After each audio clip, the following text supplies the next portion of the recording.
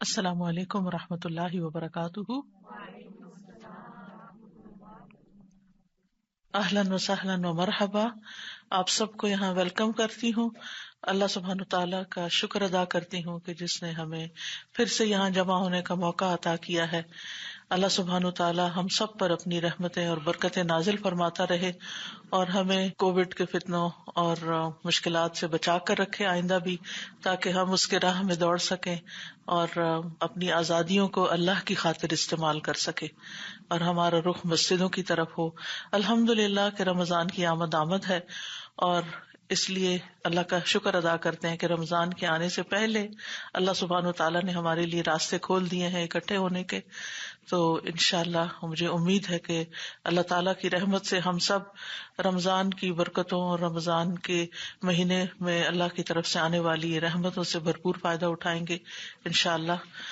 تو آج ہم رمضان سے متعلق ہی کچھ یاد تازہ کرتے ہیں اور دیکھتے ہیں کہ اللہ رب العزت نے ہمیں اپنے کلام میں اس خاص مہینے کے بارے میں کیا کچھ بتایا ہے۔ تو آئیے ہم شروع کرتے ہیں آیات الصیام کی تفسیر۔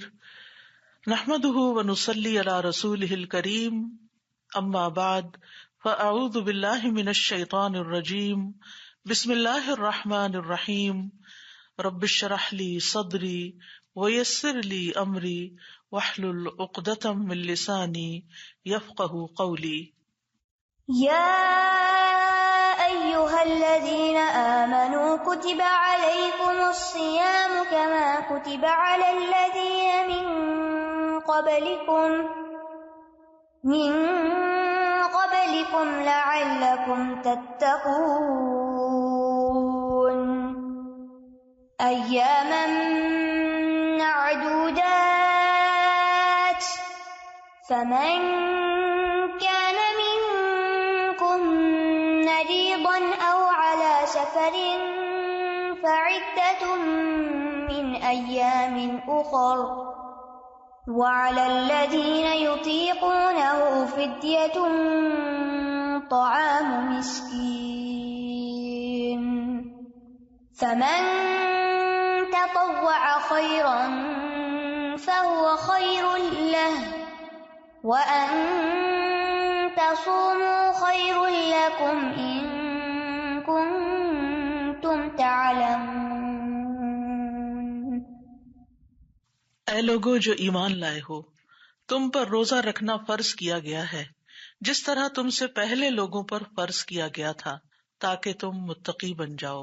گنتی کے چند دن ہیں، پھر جو کوئی تم میں سے بیمار ہو یا سفر پر ہو تو دوسرے دنوں سے تعداد پوری کر لے، اور جو لوگ مشکل سے روزہ رکھنے کی طاقت رکھتے ہیں وہ ایک مسکین کا کھانا فدیے میں دے دیں۔ پس جو کوئی خوشی سے نیکی کرے تو وہ اسی کے لیے بہتر ہے، اور یہ کہ تم روزہ رکھو یہ تمہارے حق میں بہتر ہے اگر تم علم رکھتے ہو۔ روزہ ایک عبادت ہے، اور عبادت بندوں پر اللہ کا حق ہے۔ اللہ سبحانہ تعالیٰ نے ہمیں پیدا کیا، وہی ہمارا خالق، مالک، رازق ہے، اسی کی طرف ہم نے لوٹ کر جانا ہے۔ اللہ سبحانہ تعالیٰ نے ہمیں دنیا میں بھیجنے کے بعد جو ہماری تخلیق کا مقصد بتایا وہ ہے کہ ہم اسی کی عبادت کریں۔ وما خلقت الجن والانس الا لیعبدون، کہ میں نے جنوں اور انسانوں کو صرف اپنی عبادت کے لیے پیدا کیا ہے۔ اللہ کی عبادت کے لیے صرف چند ریچولز کو ادا کرنا کافی نہیں، بلکہ اس کے لیے محبت، خضوع یعنی عاجزی، اخلاص اور احسان ضروری ہے۔ یعنی ہماری عبادتوں کے اندر محبت بھی ہو، اللہ سبحانہ تعالیٰ کے آگے عاجزی بھی ہو، اس میں اخلاص بھی ہو، اور وہ عبادت احسان کے درجے پر بھی ہو۔ وہ عبادت محض عبادت نہ ہو بلکہ بہت خوبصورت عمل بن جائے۔ تو حقیقی عبادت وہی ہوتی ہے جس میں انسان اللہ تعالیٰ کے حکم کے آگے جھک جاتا ہے کہ اے میرے رب، تو میرا خالق ہے، تو ہی میرا مالک ہے، تو ہی میرا رازق ہے، میں تیرا بندہ ہوں، میں تیرے حکم کے آگے جھک رہا ہوں، میں اپنی مرضی، اپنی خواہش اور اپنے دل کی چاہت کو ایک طرف چھوڑ کر تیری چاہت کے آگے جھک رہا ہوں۔ اور جب تک یہ محبت شامل نہ ہو اس وقت تک عبادت کا لطف اور عبادت کا بھرپور فائدہ انسان نہیں اٹھا سکتا۔ ہم دیکھتے ہیں کہ ہمارے دین میں عبادات کی مختلف اقسام ہیں۔ کچھ عبادات مال سے متعلق ہیں اور کچھ عبادات بدن سے متعلق ہیں۔ تو مالی عبادات اور بدنی عبادات، اور کچھ دونوں پر ہی مشتمل ہیں، یعنی کچھ میں مال اور بدن کی مشقت دونوں ہی شامل ہیں۔ کچھ عبادات ایسی ہیں جن میں انسان کو صرف اللہ کے حکم کے آگے رک جانا ہوتا ہے، کچھ کرنا نہیں ہوتا، بس جہاں ہمیں سٹاپ لگایا گیا وہاں ہم رک جائیں۔ کہیں پر امتحان میں اللہ کی رضا پر راضی ہو جانا ہی عبادت ہوتا ہے، کسی آزمائش کے وقت، کسی تکلیف کے وقت، کسی دکھ درد کے وقت شکوہ نہ کرنا، پریشان نہ ہونا، اللہ کی رضا کے آگے اپنے آپ کو جھکا دینا، یہ بھی عبادت ہوتا ہے۔ کچھ لوگوں کے لیے مال خرچ کرنا مشکل ہوتا ہے، لیکن کچھ کے لیے مال خرچ کرنا آسان ہے لیکن جسمانی مشقت مشکل ہوتی ہے۔ کچھ لوگ اس کے برعکس ہوتے ہیں۔ کچھ لوگوں کے لیے اپنی پسندیدہ چیز، اپنا پسندیدہ کام چھوڑنا مشکل ہوتا ہے، اور کچھ لوگوں کے لیے یہ بہت آسان ہوتا ہے۔ اسی وجہ سے آپ دیکھتے ہیں کہ اللہ سبحانہ وتعالیٰ نے مختلف طرح کی عبادات رکھی ہیں تاکہ سبھی کا امتحان ہو جائے، یعنی ہمیں جو چیزیں آسان لگتی ہیں وہ بھی ہم کر لیں، اور جو چیزیں ہمیں مشکل لگتی ہیں وہ بھی ہم کریں، کیونکہ عبادت کی اصل اطاعت ہے۔ عبادت میں اصل کام اللہ کی بات ماننا ہے، اللہ سبحانہ وتعالیٰ کے حکم کے آگے سر جھکانا ہے۔ انہی عبادات میں سے ایک عبادت روزہ رکھنا ہے، اور روزہ کیا ہے؟ اپنے پسندیدہ کاموں سے رک جانا۔ روزہ اسلام کی بنیادی عبادات میں سے ہے۔ صحیح بخاری اور مسلم میں آتا ہے، مشہور حدیث ہے، بنی الاسلام علی خمس، اسلام کی بنیاد 5 چیزوں پر ہے، شہادت اللہ الہ الا اللہ وان محمد الرسول اللہ واقام الصلاۃ وایتاء الزکوٰۃ وحج البیت وصوم رمضان۔ اس بات کی گواہی دینا کہ اللہ کے سوا کوئی معبود نہیں، اور یقیناً محمد صلی اللہ علیہ وسلم اللہ کے رسول ہیں، نماز قائم کرنا، زکوٰۃ ادا کرنا، حج ادا کرنا، اور رمضان کے روزے رکھنا۔ تو رمضان کے روزے، پورے مہینے کے روزے اللہ تعالیٰ نے ہم پر فرض کیے ہیں۔ سورۃ البقرہ میں اللہ سبحانہ تعالیٰ نے اہل ایمان کو بہت سے احکامات دیے ہیں، جن میں سے ایک حکم روزے سے متعلق ہے۔ اس میں روزے کی فرضیت، روزے کے اوقات، مریض اور مسافر کے لیے روزے کی رخصت، روزوں کا فدیہ، اور رمضان کے مہینے کی فضیلت، دعا کی اہمیت اور اعتکاف کے مسائل سبھی کو چند آیتوں میں بیان کر دیا ہے۔ یعنی روزے سے متعلق جتنی بھی چیزیں ہیں وہ ان آیات میں بیان ہو گئی ہیں، باقی تفصیلات ہمیں فقہ کی کتابوں میں ملتی ہیں، احادیث سے ملتی ہیں۔ روزے کی فرضیت کا جب حکم دیا گیا تو اللہ سبحانہ وتعالیٰ نے یا ایھا الذین آمنوا کہہ کے پکارا۔ اللہ سبحانہ وتعالیٰ نے قرآن مجید میں مختلف لوگوں کو مختلف طرح سے پکارا ہے۔ اللہ تعالیٰ نے یا بنی اسرائیل کہہ کے بنی اسرائیل کو پکارا، یا اہل الکتاب کہہ کے اہل کتاب کو، یہود و نصارہ کو پکارا، یا ایھا الناس کہہ کے تمام انسانوں کو پکارا۔ اسی طرح انبیاء کو بھی یا نوح، یا ابراہیم، یا موسیٰ، اور رسول اللہ صلی اللہ علیہ وسلم کو یا ایھا الرسول کہہ کے پکارا، اور ہم سب کو یا ایھا الذین آمنوا کہہ کے پکارا۔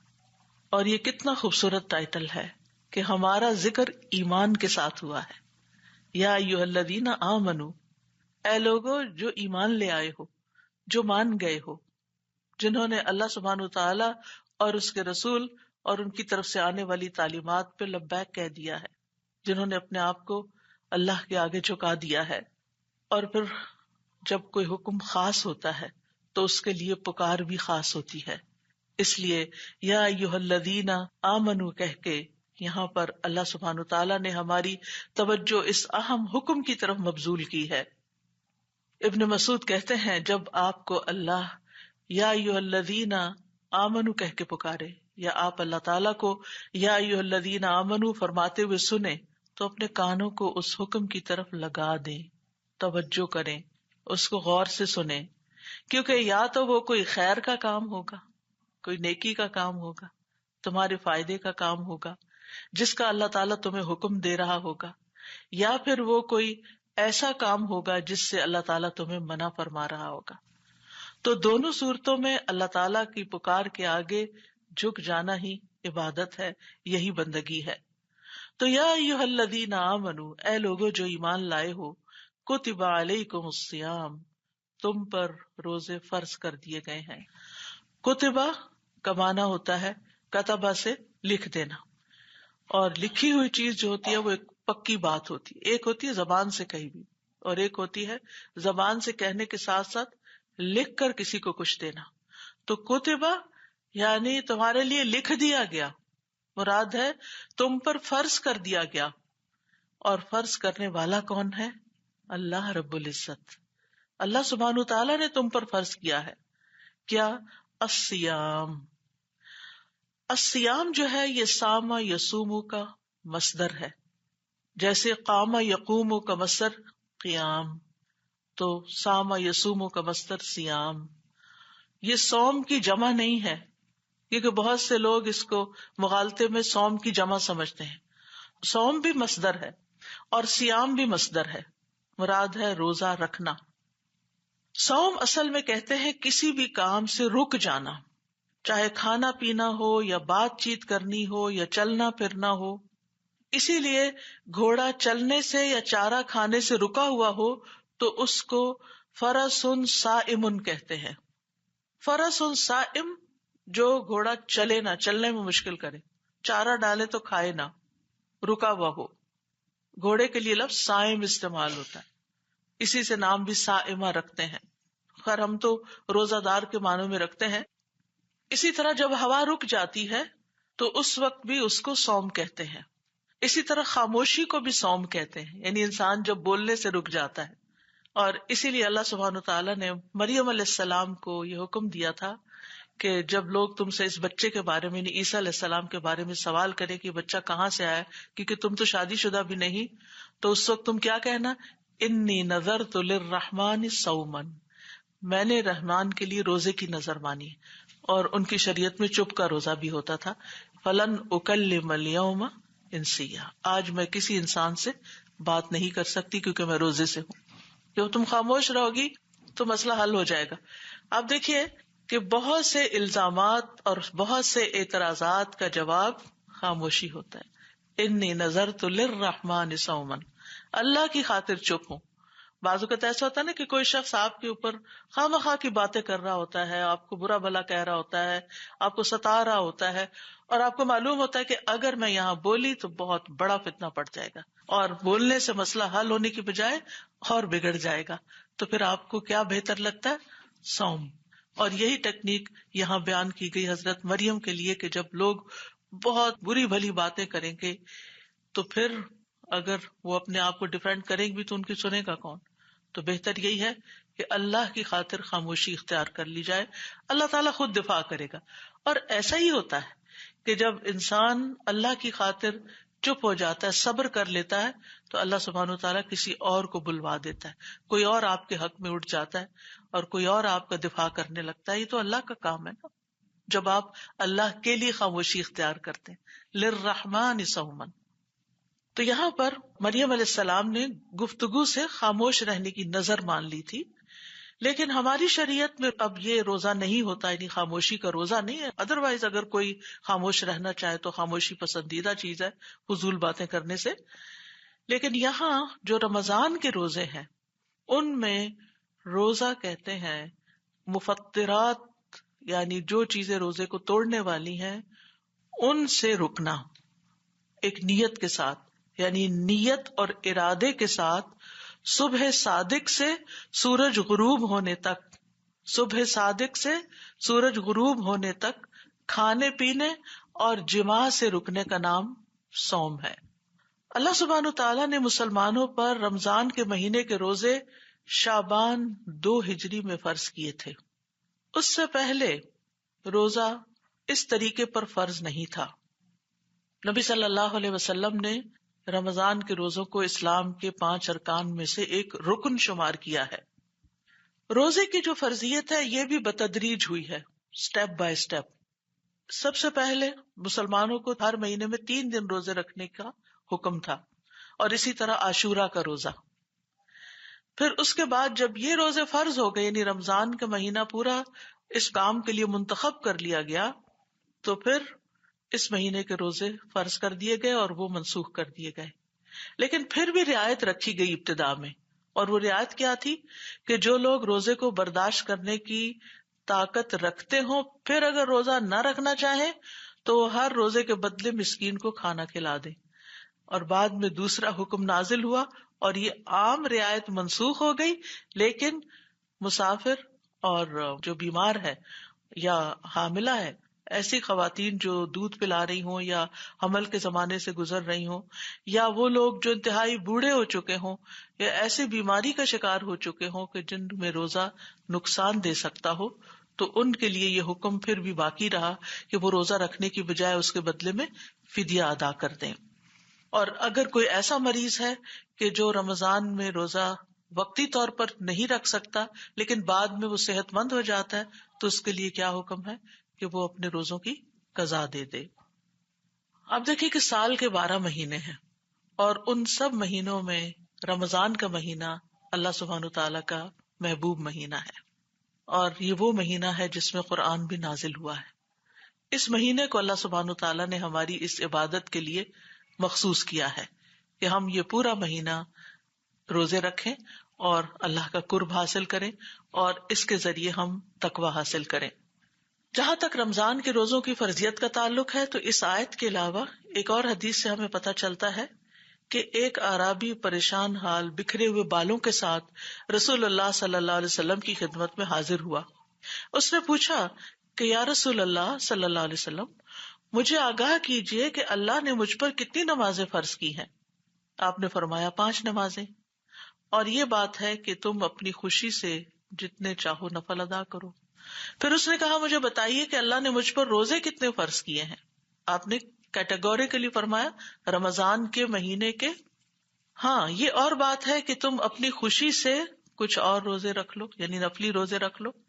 پھر اس نے پوچھا اور بتائیے اللہ نے مجھ پر زکوٰۃ کس طرح فرض کی ہے؟ تو آپ نے اسے پھر اس کی تفصیل بتائی، اور پھر ظاہر ہے کہ زکوٰۃ کے علاوہ صدقات بھی ہوتے ہیں.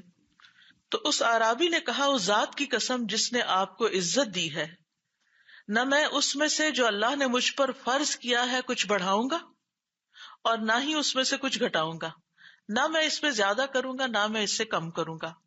اس پر رسول اللہ صلی اللہ علیہ وسلم نے فرمایا اگر اس نے سچ کہا تو یہ فلاح پا گیا، اور فرمایا اگر سچ کہا تو جنت میں جائے گا.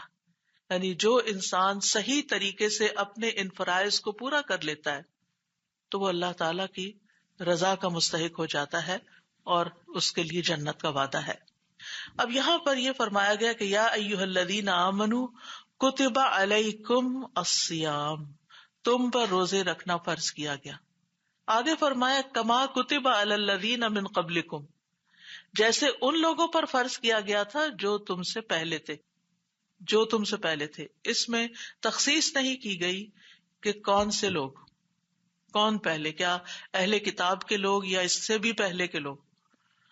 تو حقیقت یہ ہے کہ یہ جو اسلام کی بنیادی تعلیمات ہیں، یہ 5 بیسک پلرز جو ہیں، یہ ابتدا سے ہی ہیں. یعنی شہادتین، توحید اور رسالت کے اوپر ایمان لانے کا حکم جو ہے، یہ ہر پیغمبر کی بنیادی دعوت کا ایک اصول رہا ہے. ہر نبی نے آ کر لوگوں کو ایک اللہ کی عبادت کی طرف بلایا، لا الہ الا اللہ، اور پھر رسالت میں جو بھی اس وقت کا رسول ہوتا تھا اس پر ایمان لانا فرض ہوتا تھا. جب دین مکمل ہو گیا اور آخری نبی رسول اللہ صلی اللہ علیہ وسلم تشریف لائے تو پھر لا الہ الا اللہ محمد الرسول اللہ کہہ کے قیامت تک اسلام میں داخل ہونے کا طریقہ بتا دیا گیا. جب تک کوئی یہ دونوں حصے نہیں پڑھتا ہے مسلمان نہیں کہلاتا. اگر کوئی یہ کہے کہ میں لا الہ الا اللہ کہتا ہوں لیکن محمد الرسول اللہ نہیں مانتا تو وہ مسلمان شمار نہیں ہوگا. اگر وہ روزے بھی رکھے نمازیں بھی پڑھے تو اس کی کوئی عبادت قبول نہیں جب تک وہ محمد الرسول اللہ نہ کہے. یہ ایمان لانا ضروری، یہ بنیادی عقائد میں سے ہے. پھر اس کے بعد آپ دیکھیے کہ جہاں تک نماز کا تعلق ہے تو نماز بھی ابتدا سے ہی چلی آ رہی ہے.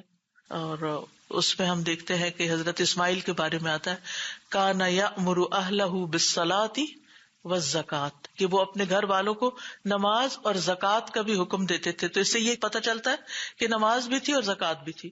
اور ابراہیم علیہ السلام نے جو اللہ سبحانہ تعالیٰ کا گھر تعمیر کیا اور اللہ تعالیٰ نے ان کو حکم دیا کہ وہ اذن فی الناس بالحج، کہ لوگوں کو حج کے لیے بلائیے. تو اس سے یہ پتہ چلتا ہے کہ اس سے پہلے بھی خانہ کعبہ موجود تھا، کیونکہ انہی بنیادوں پر اس کو اٹھایا گیا تھا. اور اس کے بعد باضابطہ حج ہوا، اور تمام انبیاء کے بارے میں آتا ہے کہ وہ اس گھر کی زیارت کرتے رہے. اور مسجد خیف کے بارے میں بھی آتا ہے کہ وہاں بھی بہت سے انبیاء نے نماز ادا کی. تو اس سے پتہ چلتا ہے کہ یہ عبادت صرف ہم پر فرض نہیں ہوئی بلکہ پچھلی امتوں پر بھی فرض رہی ہے، اور یہ بنیادی عبادتوں میں سے بھی ہے. لیکن اب سوال یہ پیدا ہوتا ہے کہ کیا ہمارا روزہ حکم، وقت اور مدت کے اعتبار سے انہی کی طرح ہے یا صرف حکم میں مماثلت ہے؟ تو بات یہ ہے کہ حکم میں مماثلت، یعنی جیسا ان کو حکم دیا گیا تھا کہ روزے رکھو، ایسے ہی ہمیں بھی حکم دیا گیا. باقی جو فقہی تفصیلات ہوتی ہیں، فروعات ہوتی ہیں، وہ ہر شریعت میں اپنی اپنی ہوتی ہیں. ایک حدیث اس بات کی بہت اچھی طرح وضاحت کرتی ہے کہ پچھلی امتوں میں عبادات کے اعتبار سے کیا تعلیمات تھیں. نبی صلی اللہ علیہ وسلم نے فرمایا، مسند احمد کی روایت ہے، یحییٰ علیہ السلام نے بیت المقدس میں بنی اسرائیل کو جمع کیا، حتیٰ کہ جب مسجد بھر گئی تو وہ ایک ٹیلے پر بیٹھ گئے، بس اللہ کی حمد و ثنا بیان کی اور فرمایا، بے شک اللہ عز و جل نے مجھے 5 باتوں کے متعلق حکم دیا ہے کہ میں خود بھی ان پر عمل کروں اور تمہیں بھی ان پر عمل کرنے کا حکم دوں. ان میں سے سب سے پہلی چیز یہ ہے کہ تم صرف اللہ کی عبادت کرو اور اس کے ساتھ کسی کو شریک نہ ٹھہراؤ. اب یہ یحییٰ علیہ السلام اپنی قوم کو کہہ رہے ہیں. دوسری چیز، میں تمہیں نماز کا حکم دیتا ہوں. تیسری چیز، میں تمہیں روزوں کا حکم دیتا ہوں. یہاں بھی آپ دیکھیے کہ یحییٰ علیہ السلام کے دور میں بھی روزے تھے، کیونکہ اس کی مثال اس شخص کی سی ہے جو بھری محفل میں مسک کی ایک شیشی لے کر آئے اور سب کو اس مسک کی مہک کا احساس ہو، اور اللہ کے نزدیک روزہ دار کے منہ کی بو مسک کی مہک سے بھی زیادہ عمدہ ہوتی ہے. اب یہ ہمارے ہاں بھی یہ حدیث موجود ہے، اور یہی بات یحییٰ علیہ السلام بھی فرما رہے ہیں اپنی قوم کو. نمبر 4، میں تمہیں صدقہ کرنے کا حکم دیتا ہوں. اور نمبر 5، میں تمہیں کثرت کے ساتھ اللہ عز و جل کا ذکر کرنے کا حکم دیتا ہوں. اب یہ ہے کہ کیا اتنا ہی کافی نہیں تھا، یا ایھا الذین آمنوا کتب علیکم الصیام لعلکم تتقون، اتنا بھی کہہ دیا جاتا. لیکن یہ کیوں کہا گیا کما کتب علی الذین من قبلکم، ایسے ہی فرض ہے جیسے تم سے پہلی امتوں پر فرض تھا. یعنی یہ ایک سوال پیدا ہوتا ہے نا کہ پچھلی امتوں کا ذکر کیوں کیا گیا. تو بعض علماء کہتے ہیں کہ اس امت کو شوق دلانا مقصود تھا کہ وہ پچھلے لوگ یہ نیکی کرتے رہے، تم پیچھے نہ رہ جانا، تم بھی اس نیکی میں برابر کے شریک ہو. کیونکہ ان شریعتوں اور احکام میں یہ حکم موجود تھا اور یہ ہماری شریعت میں بھی موجود ہے. اور پھر یہ ہے کہ یہ کوئی ایسی چیز نہیں کہ جو بوجھل ہو. یعنی ایک احساس ہوتا ہے نا جب روزے کا سنتا ہے انسان کہ پورا مہینہ دن میں کچھ نہیں کھانا پینا، کیونکہ ہمیں سب سے زیادہ مرغوب چیز جو ہے وہ کھانا پینا ہی ہوتا ہے، اور دن میں کئی بار کھانا.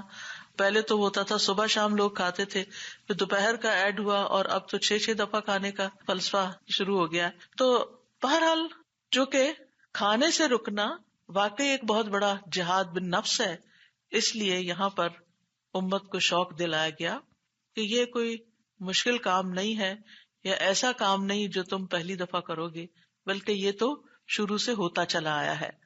اور اس سے اس عبادت کی اہمیت مقصود ہے. جب بھی کسی کو کہا جاتا ہے کہ تم یہ کام کر لو، تم سے پہلے فلاں اور فلاں اور فلاں بھی یہ کر چکا ہے، تو انسان کے اندر آتا ہے اچھا اوروں نے بھی کیا ہوا ہے تو میں کیوں پیچھے رہوں، مجھے بھی کرنا ہے. یعنی اس سے ایک شوق بڑھتا ہے. اور ویسے بھی یہ ہے کہ ہر امت کے نیک صالح متقی لوگوں کا یہ طریقہ کار رہا ہے کہ وہ تقویٰ کے لیے، اللہ کی عبادت کے لیے روزے کا طریقہ اختیار کرتے رہے. اور پھر روزے کا مقصد بتا دیا گیا کہ روزہ تم پر فرض کیوں کیا جا رہا ہے، لعلکم تتقون، اس لیے تاکہ تم متقی بن جاؤ، تمہارے اندر تقوی پیدا ہو. لعل جو ہے یہاں علت بیان کرنے کے لیے آیا ہے، یعنی روزے کی فرضیت اور حکمت بتائی جا رہی ہے کہ وہ ہے اللہ کا تقوی اختیار کرنا، تقوی کا حصول. اور یہی اس کی شرعی حکمت ہے کہ روزے کے نتیجے میں، یعنی روزے کا آؤٹ کم کیا ہو. یعنی جب انسان کوئی کام کرتا ہے تو پھر اس کا آؤٹ کم بھی دیکھتا ہے کہ مجھے ملے گا کیا. تو آخرت کے فائدے تو ہیں ہی، دنیا کے بھی کچھ فائدے ہیں، اور یہ کہ انسان دنیا میں تقوی کے ساتھ زندگی بسر کرتا ہے. تقوی کیا ہے؟ امام راغب کہتے ہیں تقوی یہ ہے کہ انسان نفس کی حفاظت ایسی چیز سے کرے جو گناہ میں ڈالتی ہے، اور یہ حرام چیز کو چھوڑنے کے ساتھ ہوتا ہے، اور اس کی تکمیل یعنی اس کی کمپلیشن بعض جائز اور مباح کاموں کو چھوڑنے کے ساتھ ہوتی. یعنی ایک ہوتا ہے صرف حرام چیزوں کو، مکروہ چیزوں کو چھوڑ دینا، اور ایک یہ ہے کہ ان چیزوں کو بھی اللہ کی خاطر اللہ کے حکم کے ساتھ چھوڑ دینا جو جائز ہے، مباح ہے، حلال ہے. کھانا پینا حلال ہے، شوہر بیوی کا تعلق حلال ہے، لیکن جس پیریڈ آف ٹائم میں اللہ تعالیٰ نے منع کیا اس سے رک جانا، اس لیے کہ اللہ کی رضا حاصل ہو، یہی تقویٰ ہے. فیروز آبادی کہتے ہیں تقویٰ سے مراد ہر اس چیز سے پرہیز کرنا ہے جس میں نقصان ہو، اور وہ ہے نافرمانی اور فضول کام. ایک قول یہ بھی ہے کہ تقویٰ سے مراد نفس کی لذتوں کو ترک کر دینا ہے، یعنی نفس جن چیزوں سے لذت پاتا ہے، اور یہی دو چیزیں انسان کو لذت دیتی ہیں، تو ان چیزوں کو چھوڑ دینا اور خواہشات کی مخالفت کرنا. چائے پینے کو دل چاہ رہا ہے تو نہیں، چائے نہیں پی سکتے.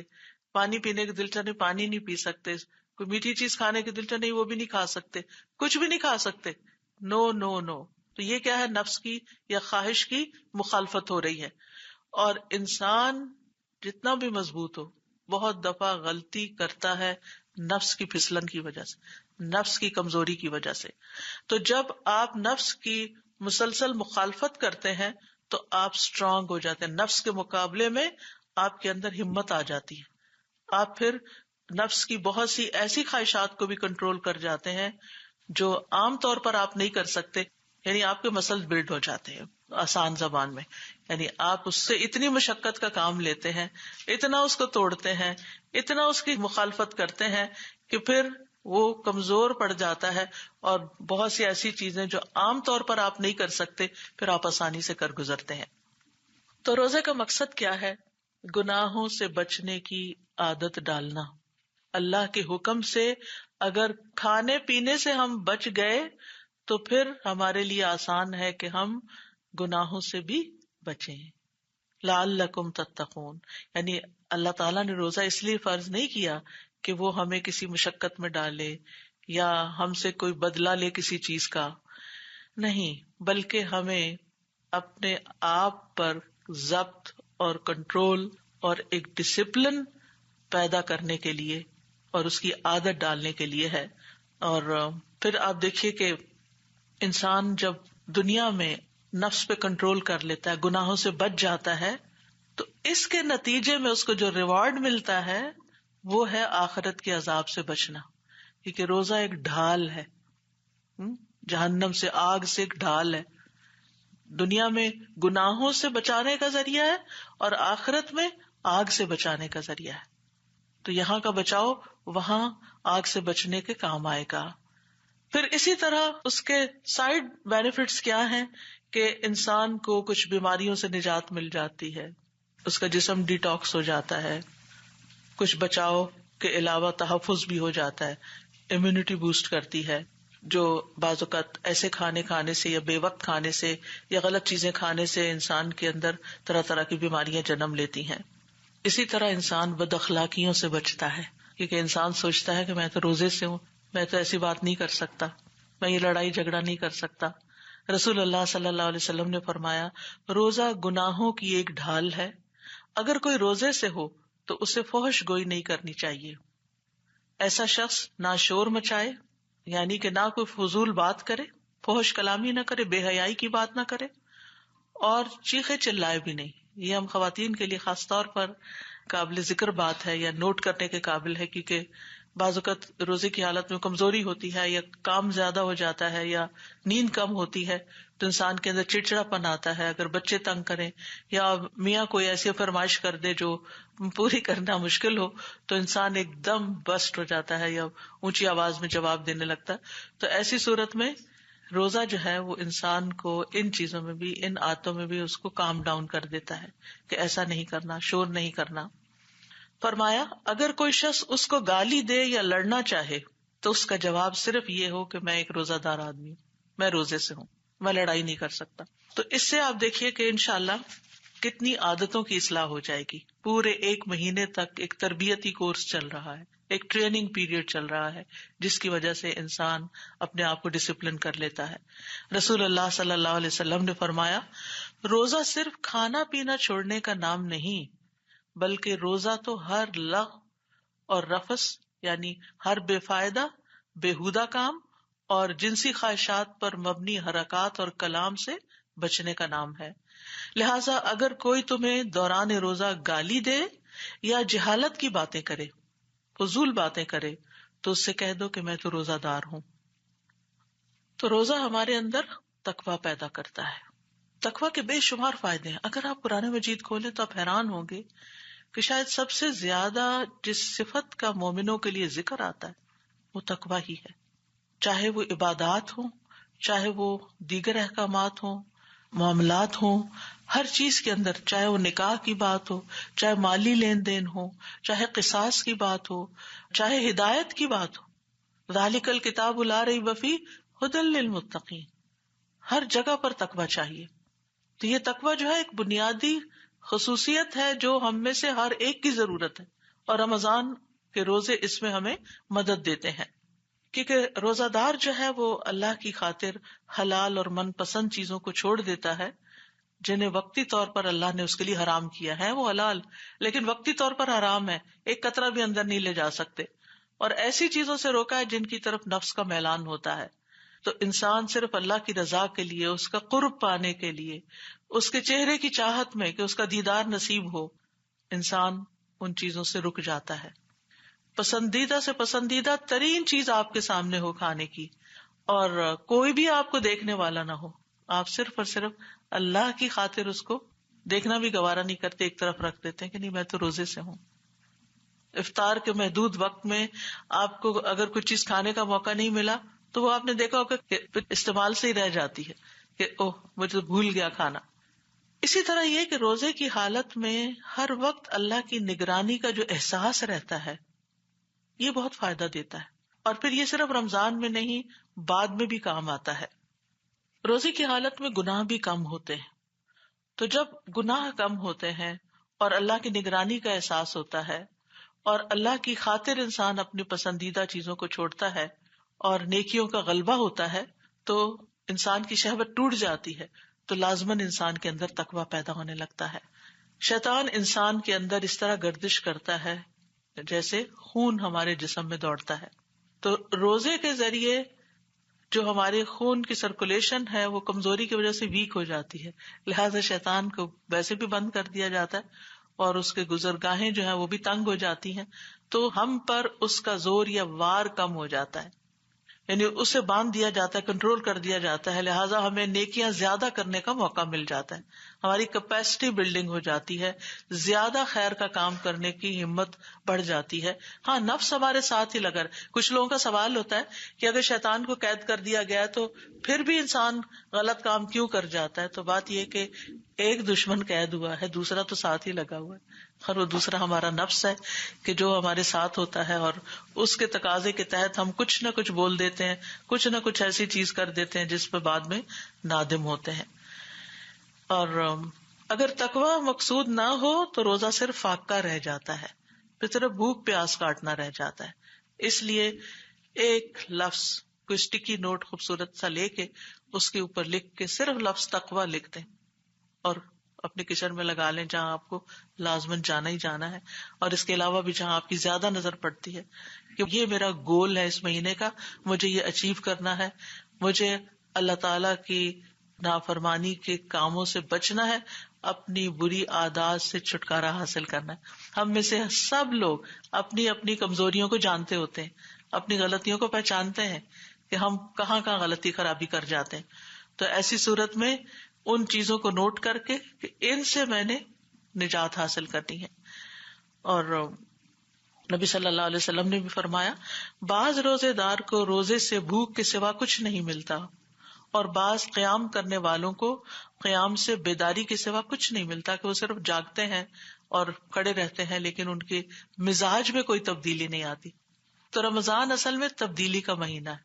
آپ دیکھیے کہ ہماری ساری عادتوں میں تبدیلی آئے گی، ہمارے سونے جاگنے کے پیٹرن بدلیں گے، ہمارے کھانے پینے کے طریقے بدلیں گے، ہماری نمازیں اور ہمارے صدقہ خیرات اور بہت ساری چیزیں عام روٹین سے ہٹ کر ہوگی. یعنی پوری زندگی ایک طرح سے گھوم جاتی ہے، بدل جاتی ہے. اگر اتنی بڑی تبدیلی جو آپ سے کروائی جا رہی ہے اس کے بعد بھی ہم نہ بدلے تو پھر ہم نے کیا حاصل کیا، ہم نے کیا کمایا؟ تو ہم نے اپنے اندر تبدیلی کا عزم پیدا کرنا ہے کہ ہمیں بدلنا ہے.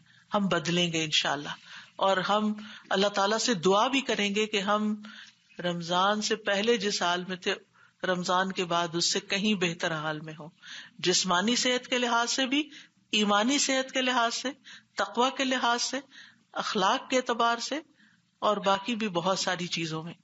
تو اس آیت سے ہم دیکھتے ہیں کہ نمبر 1 روزے کی اہمیت اور فضیلت پتہ چلتی ہے، اور احادیث سے بھی ہمیں پتہ چلتا ہے کہ روزہ جو ہے یہ اسلام کی ایک مضبوط رسی ہے، یعنی جس کو انسان پکڑ لے تو اپنے دین میں مضبوط ہو جاتا ہے.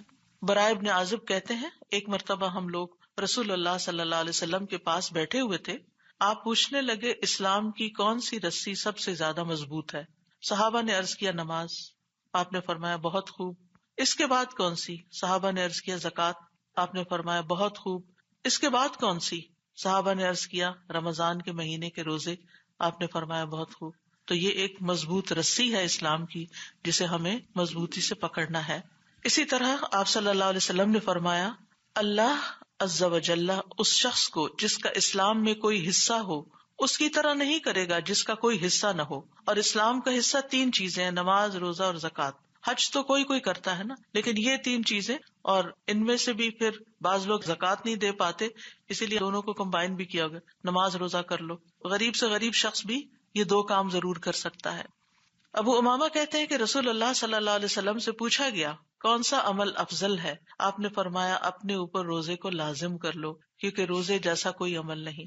یعنی اس میں ساری عبادات شامل ہو جاتی ہیں. پھر آپ اگر روزہ رکھتے ہیں اور روزہ رکھ کے آپ نماز بھی پڑھتے ہیں، آپ قرآن بھی پڑھتے ہیں، آپ ذکر بھی کرتے ہیں، آپ صدقہ خیرات بھی کرتے ہیں، آپ بہت سی چیزوں سے جن سے روکا گیا ان سے رکتے بھی ہیں، یعنی ایک روزے کے ساتھ اور بہت ساری نیکیاں اس میں اکٹھی ہو جاتی ہیں، شامل ہو جاتی ہیں.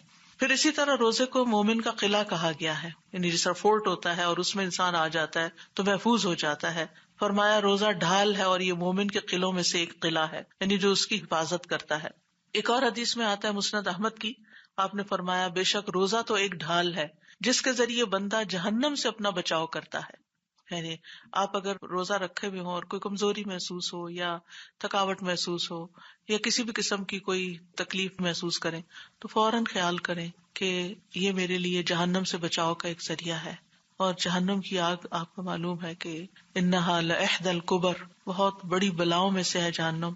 کل میں بچوں کے ساتھ بات کر رہی تھی، بتا رہی تھی کہ جہنم کی ڈیپتھ کتنی ہے، کہ وہ ایک پتھر جو جہنم میں پھینکا گیا 70 سال کے بعد جہنم کی تہہ میں پہنچا. ایک پتھر گرتے ہوئے شاید 1 سیکنڈ لگتا ہے اس چھت سے، اگر آپ نیچے گرائیں تو وہ کتنی گہری ہوگی، کتنی گہری ہوگی، اور پھر وہاں سے نکلنا بھی ناممکن.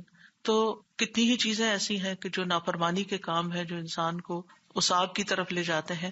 روزہ جو ہے اس آگ کو بجھانے کا کام دیتا ہے اور اس سے بچاؤ کا کام دیتا ہے. تو اس لیے اس کا یہ فائدہ بھی ہمیشہ ذہن میں رہے. پھر اسی طرح روزے کا اجر اللہ کے ذمے ہے. اللہ سبحانہ وتعالیٰ نے اس کو خاص امپورٹنس دی ہے کہ ابن آدم کا ہر نیک عمل خود اسی کے لیے ہے سوائے روزے کے، کیونکہ وہ خاص میرے لیے ہے، میں ہی اس کا بدلہ دوں گا.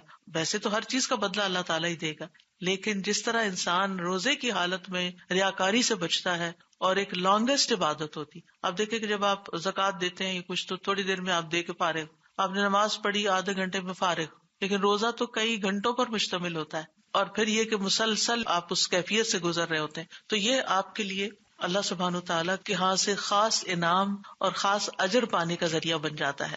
اور اس میں ایک وجہ یہ ہے کہ چونکہ روزہ نفس کی لذات کو توڑتا ہے، نفس کی لذات سے روکتا ہے، تو اس لیے خاص اللہ کے لیے ہو جاتا ہے. یعنی انسان اللہ کی بات مان کر اپنے نفس کی بات کو پیچھے کر دیتا ہے. اور پھر یہ ہے کہ یہ ایک راز ہے بندے اور اللہ کے بیچ میں. آپ نے کہیں چھپ کے کچھ کھا پی لیا، کسی کو کیا خبر. وہ کہتے ہیں نا حل لک سر، کیا تمہارا کوئی ایسا چھپا ہوا عمل ہے جو صرف تمہیں اور تمہارے رب کو پتا ہو، کسی اور کو پتا نہ ہو؟ تو وہ روزہ ہی ہو سکتا ہے، کیونکہ باقی اعمال تو لوگوں کے سامنے کرنے پڑ جاتے ہیں. صدقہ خیرات بھی آپ کسی کو دیں گے تو اس کے ہاتھ میں دیں گے، یا کچھ بھی کریں گے تو دوسرے کو پتا چل جائے گا یا کوئی اور دیکھ لے گا. نماز پڑھیں گے کہیں بھی چھپ کے پڑھ رہے ہیں، اچانک ہی کوئی اندر داخل ہو جاتا ہے تو پتا چل جاتا ہے دوسرے کو کہ بندہ نماز پڑھ رہا ہے. لیکن روزے کا اگر آپ نے خاموشی سے رکھ لیا تو کسی کو بھی نہیں پتا چلے گا، الا یہ کہ کوئی آپ سے پوچھے کہ آپ یہ کھا کیوں نہیں رہے. پھر اللہ تعالیٰ نے ایک اور تسلی بھی دی، ایام معدودات، گنے چنے چند دن ہیں. مشکل لگ رہا ہے 30 days ہیں، لیکن گنتے گنتے جلد ختم بھی ہو جائیں گے. پہلے روزے سے ہی کاؤنٹ ڈاؤن شروع ہو جاتا ہے اور پتہ ہی نہیں چلتا، اور پھر جب ختم ہوتے ہیں روزے تو پھر دل چاہتا ہے کہ کاش سارا سال ہی روزے رہتے. تو کبھی روزوں کے آتے ہوئے آپ کو کوئی گھبراہٹ پریشانی ہو تو جانے والی کیفیت کو یاد کر لیا کرے کہ جاتے ہوئے میری دعا کیا ہوتی ہے اور میری خواہش اور تمنا کیا ہوتی ہے. تو اللہ تعالیٰ مجھے موقع دے رہا ہے، میں شروع سے ہی اس سے فائدہ اٹھاؤں. اور معدودات جو ہیں یہ یعنی کہ کئی سال اور مہینے نہیں ہیں، بلکہ یہ ایام معدودات ہیں، چند دن ہیں گنے ہوئے. اور اس طرح یہ ہے کہ اللہ تعالیٰ کی حکمت اور اللہ تعالیٰ کی رحمت دونوں ہی یہاں پر اکٹھی ہو گئی ہیں. فمن کان منکم مریضا، اب رخصت کا پہلو بھی آ گیا. یعنی پہلے فرضیت کی بات کی گئی، اب کس کس کو چھٹی مل سکتی ہے. فمن کان منکم مریضا، تو تم میں سے جو کوئی بیمار ہو. تو پہلی رخصت بیمار کے لیے ہے کہ بیماری کی وجہ سے او علی سفر، یا سفر کی وجہ سے اگر کوئی روزے نہیں رکھ سکتا تو پھر وہ کیا کرے، وہ پھر بعد میں اپنی گنتی پوری کر لے.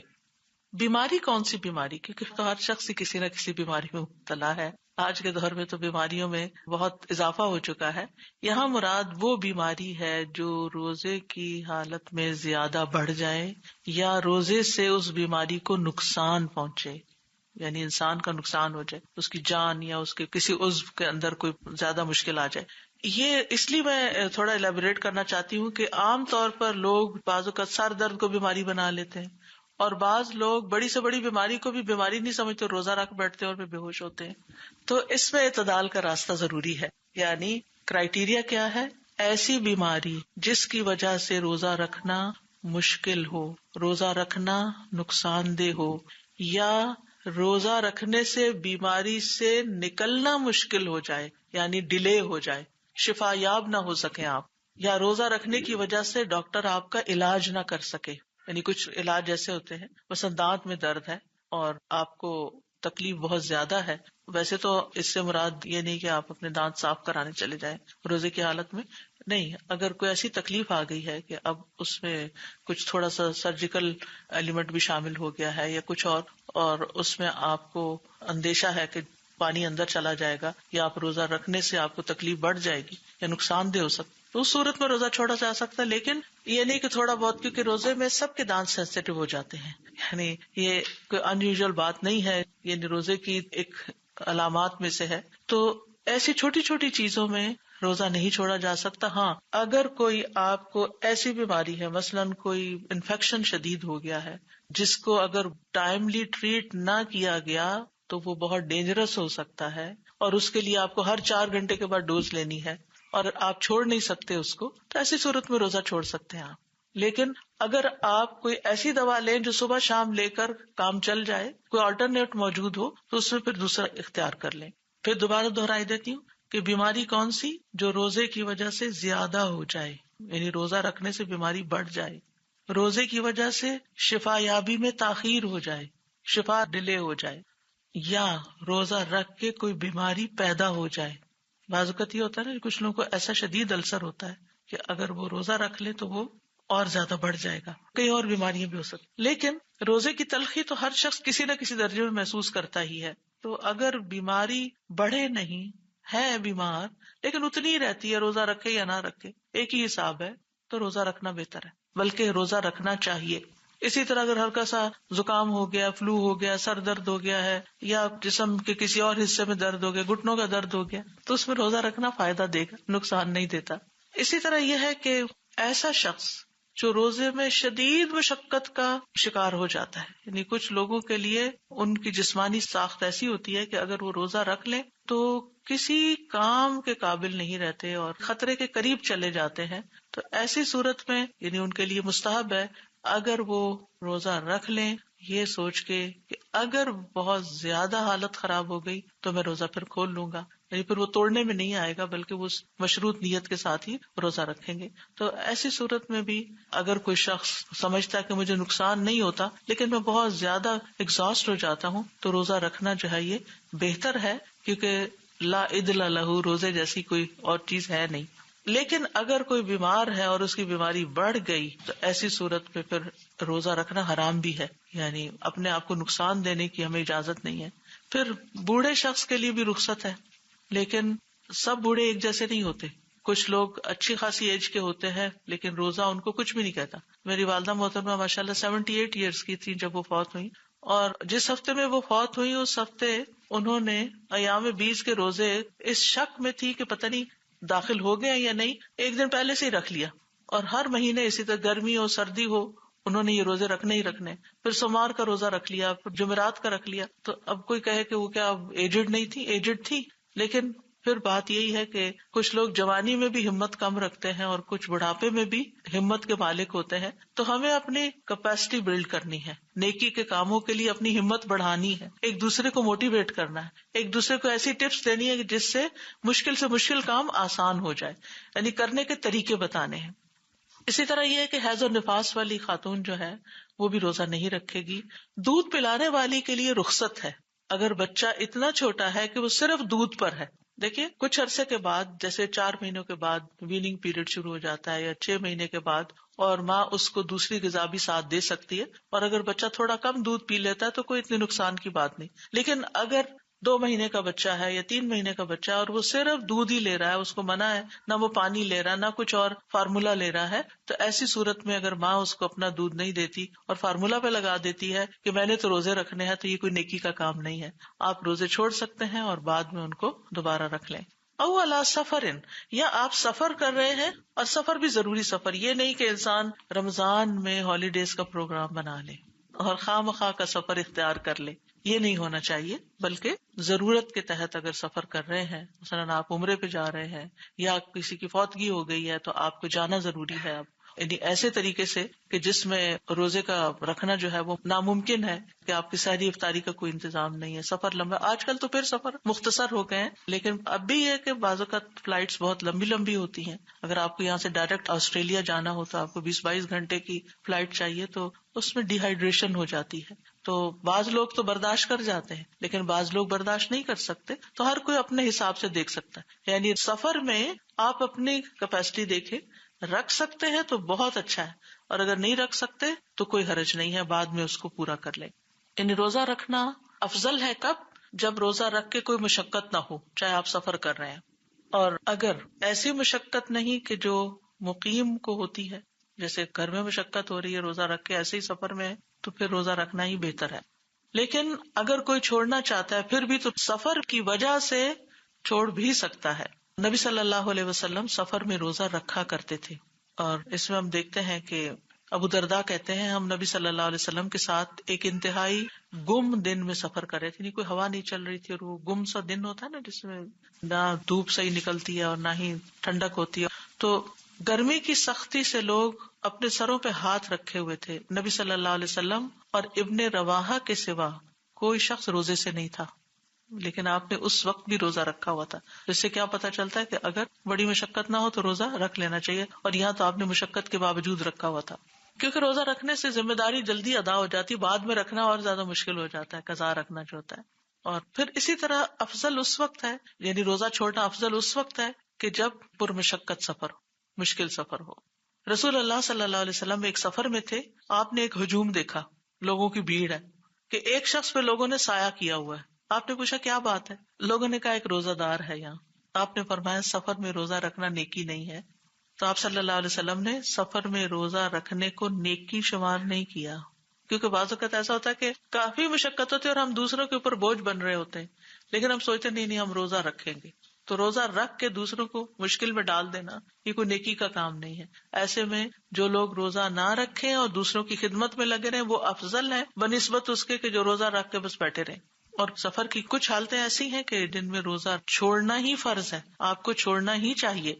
رسول اللہ صلی اللہ علیہ وسلم فتح مکہ کے سال مکہ کی طرف روانہ ہوئے. آپ نے روزہ رکھا یہاں تک کہ قراء الغمیم جگہ پر آپ پہنچے تو آپ کے ساتھ اور لوگوں نے بھی روزہ رکھا ہوا تھا. آپ سے کہا گیا کہ لوگوں پر روزہ بہت بھاری ہو گیا ہے، مشکل میں پڑ گئے اور وہ آپ کے فعل کے منتظر ہیں کہ آپ کیا کرتے ہیں. تو آپ نے عصر کے بعد، دیکھیے تھوڑا سا ٹائم رہ گیا تھا، عصر کے بعد پانی کا پیالہ منگوایا اور پی لیا لوگوں کے سامنے. لوگ دیکھ رہے تھے، بعض نے افطار کر لیا، بعض نے نہیں کیا.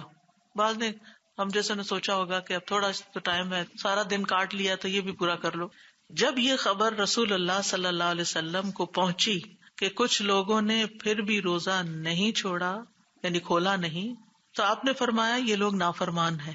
یعنی نبی صلی اللہ علیہ وسلم نے اگر کھولیا تو آپ ان سے زیادہ نیک تو نہیں ہو سکتے.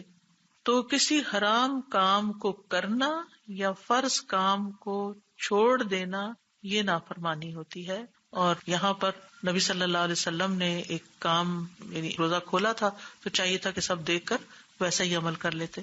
اب یہ ہے کہ اگر کوئی بیمار ہے یا مسافر ہے تو پھر کیا کرے؟ فعدۃ من ایام اخر، دوسرے دنوں سے گنتی پوری کر لے.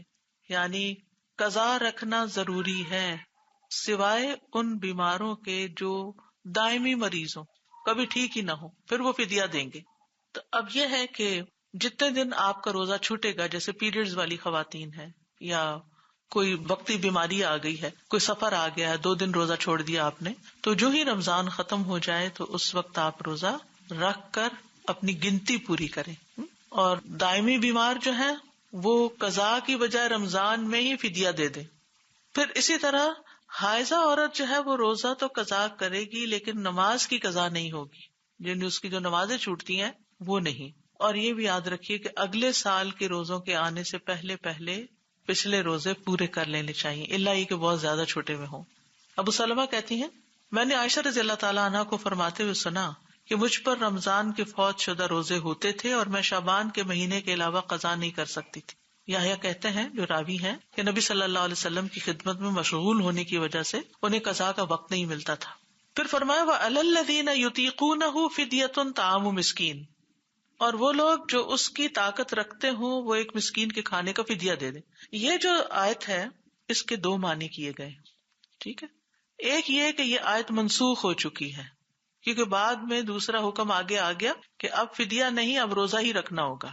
وہ کہتے ہیں کہ ابتدا میں مسلمانوں کو رعایت دی گئی تھی کہ چاہے تو روزہ رکھ لیں چاہے تو فدیہ دے دیں، آپشن تھی آپ کے پاس، کیونکہ ابھی شروع تھا، کچھ لوگ اپنے آپ کو ڈسپلن نہیں کر پا رہے تھے تو رخصت دے دی گئی. لیکن بعد میں جو اگلی آیت میں آتا ہے فمن شہد منکم الشہر فلیصمہ، کہ جو تم میں سے یہ مہینہ پائے اسے چاہیے کہ لازمی روزہ رکھے. تو اب یہ رخصت ختم ہو گئی فدیہ دینے والی، اور اکثر علماء نے یہی تفسیر کی ہے. سلمہ بن اکوع کہتے ہیں جب یہ آیت نازل ہوئی وَعَلَى الَّذِينَ يُطِيقُونَهُ، اور جو لوگ روزہ رکھنے کی طاقت رکھتے ہوں وہ روزے کے بدلے میں ایک مسکین کو کھانا کھلا دیں. جس آدمی کا روزہ چھوڑنے کا ارادہ ہوتا وہ فدیہ دے دیتا، یہاں تک کہ اس کے بعد والی آیت نازل ہوئی جس نے اس حکم کو منسوخ کر دیا. تو یہ ایک صحابی کا قول ہے. ٹھیک ہے. دوسرا معنی وَعَلَى الَّذِينَ يُطِيقُونَهُ، جو لوگ روزہ رکھنے کی طاقت نہ رکھتے ہوں. اب یہ نہ کدھر ہے؟ یہ باب افعال ہے، تھوڑا سا گرامٹیکل ہے، اس میں باب افعال ہے، اور باب افعال میں جو حمزہ ہوتا ہے وہ سلب کے لیے بھی آتا ہے. اطاق یطیق، باب افعال میں الف کا اضافہ ویسے تو تھا طاق یطیق. ٹھیک، تو یہ ہے اطاق یطیق. تو اطاق کا مطلب کیا ہے؟ جو روزہ نہ رکھ سکتا ہو. یعنی عربی زبان میں جب بیسک یا بنیادی حروف کے اندر کوئی حرف ایڈ ہو جاتا ہے تو معنی میں بھی تھوڑا فرق پڑ جاتا ہے. روٹ وہی ہوتا ہے لیکن حروف کی کمی بیشی سے معنی کے اندر بھی کمی بیشی ہو جاتی ہے.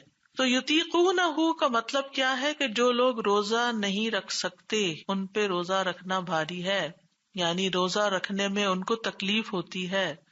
اور اس سے مراد کون ہے؟ عمر رسیدہ مرد عورت، یعنی بہت بوڑھے، انتہائی بوڑھے جو طاقت ہی نہیں رکھتے، یا دائمی مریض کہ جو ٹھیک ہو ہی نہیں سکتے. تو ایسی صورت میں وہ ہر دن کے عوض ایک مسکین کو کھانا کھلائیں، یعنی ان پر روزانہ ایک مسکین کو کھانا کھلانا ہے ایک وقت کا. اگر 2 وقت کا کھلائیں تو بہت اچھا، سحری بھی کروا دیں، افطاری بھی کرا دیں.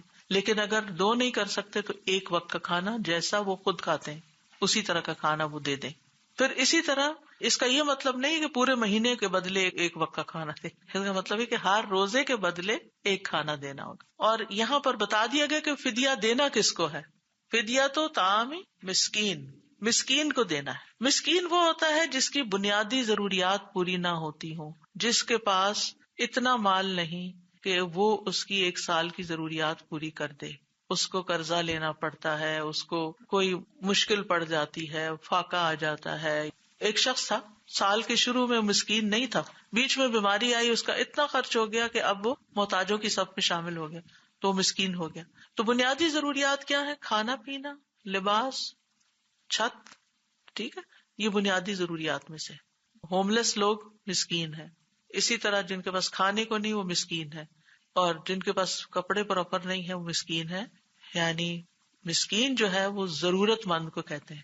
ہاں، فقیر اور مسکین میں تھوڑا سا فرق ہے، یہ یاد رکھیے. فقیر وہ ہے جس کے پاس کچھ بھی نہیں ہے، خالی ہاتھ ہے. جیسے وہ بخاری کی ایک حدیث میں آتا نا، ایک شخص نے کہا کہ میرا نکاح پھر اس عورت سے کر دیجیے جو عورت اپنے آپ کو ہبہ کرنے کے لیے آئی تھی، تو آپ نے نہیں کرنا چاہیے اس سے شادی. تو ایک اور آدمی تھا وہاں مجلس میں، اس نے کہا میری شادی کر. آپ نے فرمایا تمہارے پاس مہر میں دینے کے لیے کیا؟ اس نے کہا کچھ بھی نہیں. آپ نے فرمایا کوئی لوہے کی انگوٹھی کا؟ وہ بھی نہیں ہے.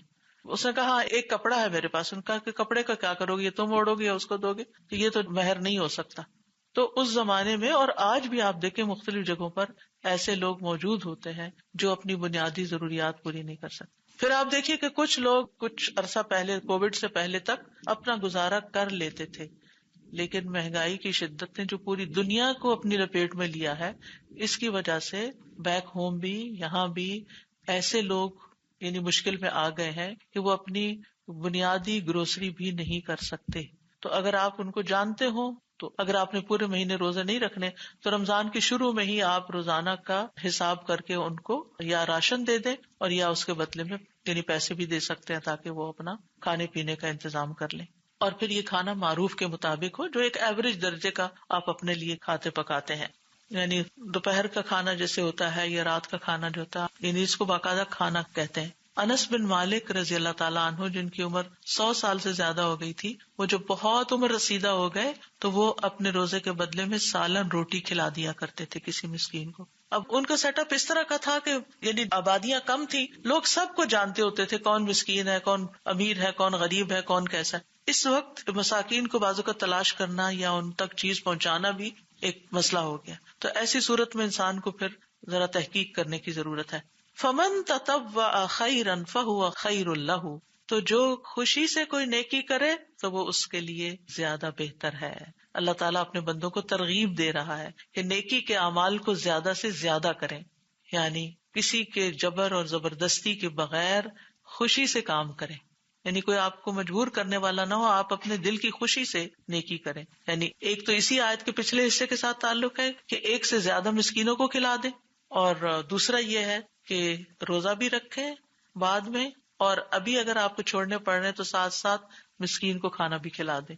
کہ نہیں پتا زندگی کا پتہ نہیں کیا ہوتا ہے، تو ابھی ساتھ ہی یعنی سرجری کی ڈیٹ مل گئی آپ کو رمضان میں، اب آپ کو روزہ چھوڑنا پڑ رہا ہے، اور آپ کو یہ بھی خوف خطرہ ہوتا ہی ہے سب کو. تو ویسے تو ہر انسان کو ہر وقت ہی تیار رہنا چاہیے، زندگی کا نہیں پتا، تو انسان کو یہ ہوتا ہے کہ چلے فدیہ بھی ساتھ ہی دے دوں.